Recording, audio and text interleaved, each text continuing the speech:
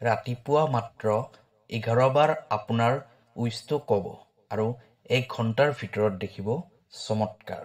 হয়, আপুনি ঠিকেই শুনিছে। আজিৰ ভিডিঅ'টো বহুত গুৰুত্বপূৰ্ণ হ'বলৈ গৈ আছে আৰু যিটো পদ্ধতিৰ কথা আপোনাক ক'বলৈ গৈ আছোঁ, এই পদ্ধতিটো আপোনাৰ ডেইলি ৰুটিন হিচাপে প্ৰয়োগ কৰিব। সদায় এই পদ্ধতি অনুসৰণ কৰিব। সাধাৰণতে এই প্ৰয়োগটো আপোনাক মই 21 বাৰ কৰাৰ বাবে নাইবা 21 দিন কৰাৰ বাবে পৰামৰ্শ দিম। কিন্তু এই উইচটো বহুত সোনকালে মেনিফেষ্ট হৈ যায়। 21 দিন নালাগে, তথাপি 21 দিনৰ বাবে কোৱা হয়। বহুত সোনকালে উইচটো মেনিফেষ্ট হয়। 1 ঘণ্টাৰ ভিতৰত, 1 মিনিটৰ ভিতৰত, 1 ছেকেণ্ডৰ ভিতৰত। আচলতে ক'বলৈ গ'লে যেনেকুৱা ধৰণৰ আপোনাৰ এনাৰ্জি থাকিব, সিমান সোনকালে উইচটো পূৰ্ণ হ'ব। কিন্তু আপুনি যদি এইটো গোটেই জীৱনৰ বাবে প্ৰয়োগ কৰে, আপোনাৰ ডেইলি ৰুটিনৰ ভিতৰত যদি এইটো এড কৰি লয়, তেতিয়া এই প্ৰয়োগটোৱে আপোনাৰ জীৱনৰ সকলোবোৰ সমস্যা সমাধান কৰি দিব। আৰু আপোনাৰ কিছুমান এনেকুৱা উইচ আছে যিটো আপোনাৰ বাবে অসম্ভৱ যেন লাগে আৰু আপোনাৰ এনেকুৱা লাগে যেন এই উইচটো কেতিয়াও পূৰণ নহ'বই। এইবোৰ কেৱল মই সপোনতে দেখা পাওঁ, কিন্তু এইটো বাস্তৱত হোৱাটো সম্ভৱ নহয়। কিন্তু সেই উইচটো আপোনাৰ বাবে সম্ভৱ হৈ যাব। যদি আপোনাৰ এনেকুৱা লাগি আছে যেন এই ইচ্ছাটো মোৰ কেতিয়াও পূৰ্ণ নহ'ব, তেনেহ'লে আজিৰ এই ভিডিঅ'টো আপুনি একেবাৰে মিছ নকৰিব। আপুনি যেতিয়াই এই ভিডিঅ'টো পাব, আপুনি আপোনাৰ জীৱনটোক পৰিৱৰ্তন কৰিবলৈ গৈ আছে এই ভিডিঅ'টোৰ দ্বাৰা। এনেকুৱা নহয় যে এই ভিডিঅ'টো আপুনি এনেই পাই যাব, হঠাতে পাই যাব। এই সকলোবোৰ হয় ইউনিভাৰ্ছৰ ইচ্ছাত। এই ভিডিঅ'টো যদি আপোনাৰ ওচৰলৈ গৈ পাইছে, তেনেহ'লে এইটো পৰমাত্মাৰ ইচ্ছামতে গৈ পাইছে, যাতে আপুনি জীৱনৰ সেই উচ্চ শিখৰলৈ যাব পাৰে, যাৰ বিষয়ে আপুনি কেৱল কল্পনা কৰিছিল। প্ৰিয় দৰ্শক, আছামিজ এষ্ট্ৰলজীলৈ আপোনাক স্বাগতম জনাইছোঁ। মই এষ্ট্ৰলজাৰ ধীৰাজ শৰ্মা। ভিডিঅ'টো শ্বেয়াৰ কৰি দিব আৰু কমেণ্টত লিখিব থেংক ইউ ইউনিভাৰ্ছ। প্ৰিয় দৰ্শক, যদি আপোনাৰ ব্যক্তিগতভাৱে কিবা সমস্যা হৈ আছে, তেনেহ'লে ভিডিঅ'ৰ স্ক্ৰীণত দিয়া নম্বৰত আমাৰ সৈতে যোগাযোগ কৰিব। আমি আপোনাৰ সমস্যাসমূহ সমাধান কৰিবলৈ চেষ্টা কৰিম। এতিয়া হওক ভিডিঅ'ৰ পৰৱৰ্তী অংশলৈ যাওঁ। আপুনি বিশ্বাস নকৰিব যে এই পদ্ধতিটো প্ৰয়োগ কৰি মই জীৱনত কিমান মেনিফেষ্ট কৰিছোঁ আৰু মই এইটো প্ৰতিদিনে ফ'ল' কৰোঁ। এতিয়া কথা পাতিম সেই মেজিকেল টেকনিকটোৰ বিষয়ে, যিটো মই সদায় ফ'ল' কৰোঁ, যাৰ ফলত মোৰ লাইফ বহুত চেঞ্জ হৈছে আৰু মই বিচাৰোঁ যে আপোনাৰ লাইফটো ইনষ্টেণ্ট চেঞ্জ হৈ যাওক আৰু আপোনাৰ সকলোবোৰ ইচ্ছা পূৰণ হওক। আপুনি কি কৰিব লাগিব? ৰাতিপুৱা সোনকালে বিচনাৰ পৰা উঠিব লাগিব। ৰাতিপুৱা 4 বজাৰ পৰা 5 বজাৰ ভিতৰত আপুনি যিকোনো উপায়ে শুই উঠিবই লাগিব। বিচনাৰ পৰা উঠি আপুনি মুকলি আকাশৰ তললৈ যাওক।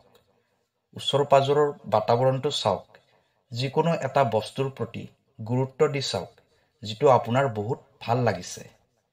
খুব মনোযোগেৰে চাওক। যিটো বস্তুৰ প্ৰতি আপোনাৰ ফ'কাছ বেছি হৈ আছে, সেই বস্তুটোৰ ফালে চাই থাকক। সম্পূৰ্ণ ধ্যান দি চাই থাকক। তেনেকৈ চাই থাকিয়ে দুয়োটা চকু জপাই দিয়ক। দীঘল দীঘলকৈ উশাহ লওক। কমচে কম 7 বাৰ, 9 বাৰ, 11 বাৰ। এনেকৈ দীঘল দীঘলকৈ গভীৰভাৱে উশাহ ল'ব লাগিব। তাৰপিছত ঘৰলৈ আহিব আৰু নিজৰ দৈনন্দিন কামবোৰ কৰি থাকিব। গোটেই দিনটো কাম কৰি থাকিব, কিন্তু মনত ৰাখিব, যিটো বস্তু আপুনি ৰাতিপুৱা দেখিছিলে, সেই বস্তুটো আপুনি দিনটোৰ ভিতৰত বাৰে বাৰে দেখি থাকিব। ছ'চিয়েল মিডিয়াত দেখিব পাৰে, নাইবা আপোনাৰ সন্মুখলৈ আহিব পাৰে, নাইবা কোনোবা ব্যক্তিয়ে সেই বস্তুটোৰ বিষয়ে আপোনাৰ সৈতে কথা পাতিব পাৰে। বাৰে বাৰে সেই বস্তুটোৰ কথাই আপোনাৰ ওচৰত কোনোবাই কৈ থাকিব, নাইবা বাৰে বাৰে আপুনি সেই বস্তুটো দেখা পাই থাকিব। সেই বস্তুটোৰ সৈতে সম্পৰ্কিত যিকোনো বস্তু আপুনি কাৰোবাৰ পৰা পাই যাব পাৰে। এইটো সংকেত হয় যে যিটো বস্তু আপুনি ৰাতিপুৱা দেখা পাইছিলে, সেই বস্তুটো আপোনাৰ জীৱনত মেনিফেষ্ট হ'বলৈ ধৰে। কাৰণ এইটো এটা সংকেত হয়। যিটো বস্তু আপুনি দেখিছে, যিটো বস্তুৰ কথা আপুনি ভাবিছে, সেই বস্তুটো আপোনাৰ জীৱনত মেনিফেষ্ট হ'বলৈ ধৰে আৰু এইটো কিছু মিনিট পিছতে হ'বলৈ ধৰে। এবাৰ আপুনি এই পদ্ধতিটো প্ৰয়োগ কৰি চাওক, ৰিজাল্ট নিশ্চয় পাব। আপুনি কি কৰিব লাগিব? ৰাতিপুৱা শুই উঠি মুকলি আকাশৰ তললৈ যাব লাগিব। আপোনাৰ যদি ঘৰত গাৰ্ডেন আছে, গাৰ্ডেনত যাব পাৰে। আপোনাৰ ঘৰৰ ছাদৰ ওপৰত যাব পাৰে। তাত গৈ আপুনি সেই ইচ্ছাটোৰ কথা ভাবিব, যিটো ইচ্ছা আপুনি পূৰণ কৰিব বিচাৰে। নাইবা সেই বস্তুটোৰ বিষয়ে ভাবিব, যিটো বস্তু আপুনি পাব বিচাৰে। টকা পইচাৰ বিষয়ে, সম্পৰ্কবোৰ বেয়া হৈ গৈছে যদি সম্পৰ্কৰ কথা ভাবিব। কিন্তু ভাবিব লাগিব কেনেকৈ? প্ৰেজেণ্ট টেন্সত ভাবিব লাগিব, যেন সেই বস্তুবোৰ আপুনি পাই গৈছে, সেই ইচ্ছাটো আপোনাৰ পূৰণ হৈছে। আপুনি যিজন ব্যক্তিৰ বিষয়ে ভাবি আছে, যাৰ সৈতে আপোনাৰ সম্পৰ্কটো ভাল হোৱাটো বিচাৰে, তেওঁৰ আত্মাৰ সৈতে আপুনি কানেক্ট হ'বলৈ চেষ্টা কৰক। তেওঁৰ শৰীৰটো চাবলৈ চেষ্টা নকৰিব, তেওঁৰ আত্মাটো চাবলৈ চেষ্টা কৰিব। তেওঁ কাৰো বেয়া হোৱাটো কামনা নকৰে, তেওঁ সকলোৰে ভাল হোৱাটোৱে কামনা কৰে। এনেকৈ ভাবি আপুনি চকুজুৰি বন্ধ কৰি দিব আৰু দীঘল দীঘলকৈ 7 বাৰ, 9 বাৰ নাইবা 11 বাৰ উশাহ ল'ব। আপুনি এনেকৈ কল্পনা কৰক যেন সেই ব্যক্তিৰ সৈতে আপোনাৰ সম্পৰ্কটো বহুত ভালদৰে চলি আছে। আপোনালোক দুয়োজনে বহুত সুখী হৈ আছে। যিবোৰ সিদ্ধান্ত লয়, দুয়ো ভালদৰে আলোচনা কৰিয়ে সিদ্ধান্ত লয়। আপোনালোকৰ মাজত বহুত ভাল বুজাবুজি আছে। এনেকৈ ভাবি দীঘল দীঘলকৈ উশাহ লওক। যেতিয়া এই প্ৰয়োগটো আপুনি কৰি থাকিব, আপোনাৰ মুখত এটা হাঁহি থাকিব লাগিব, অৰ্থাৎ আপুনি সুখী হৈ থাকিব লাগিব।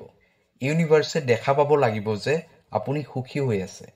কাৰণ যি সময়ত আপুনি বহুত সুখী হৈ উইচ কৰে, সেই উইচটো বহুত সোনকালে মেনিফেষ্ট হয়।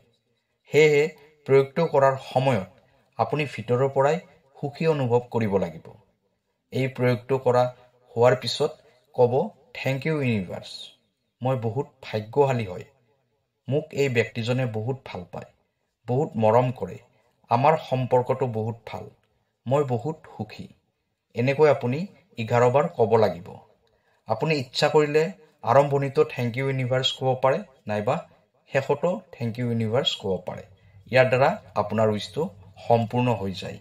ইয়াৰ উপৰি যদি আপোনাক টকা পইচা লাগে, ঠিক তেনেকৈ আপুনি প্ৰয়োগটো কৰিব পাৰে। আপোনাৰ জীৱনত সকলো ফালৰ পৰা টকা পইচা আহি আছে। ভাল চাকৰি কৰে আপুনি, চাকৰিত বহুত ভাল চেলাৰী পায়, আপোনাৰ চাকৰিত প্ৰমোশ্যন হৈ আছে। যিবোৰ কথা ভাবিব আপুনি সকলোবোৰ পজিটিভ ভাবিব।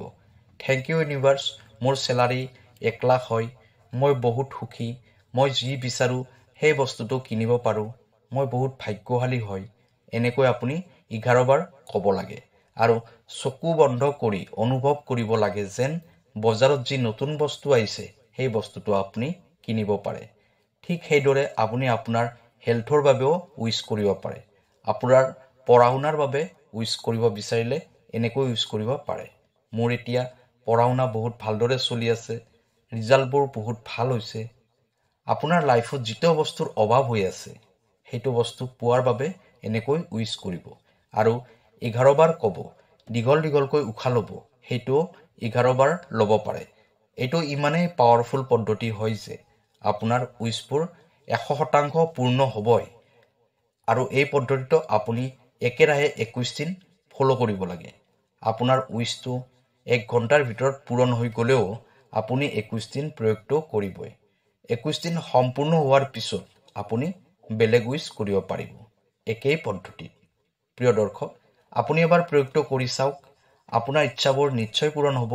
ভিডিঅ'টো কেনেকুৱা লাগিলে জনাব। কাইলৈ আকৌ লগ পাম অন্য এটা ভিডিঅ'ত। তেতিয়ালৈ ধন্যবাদ।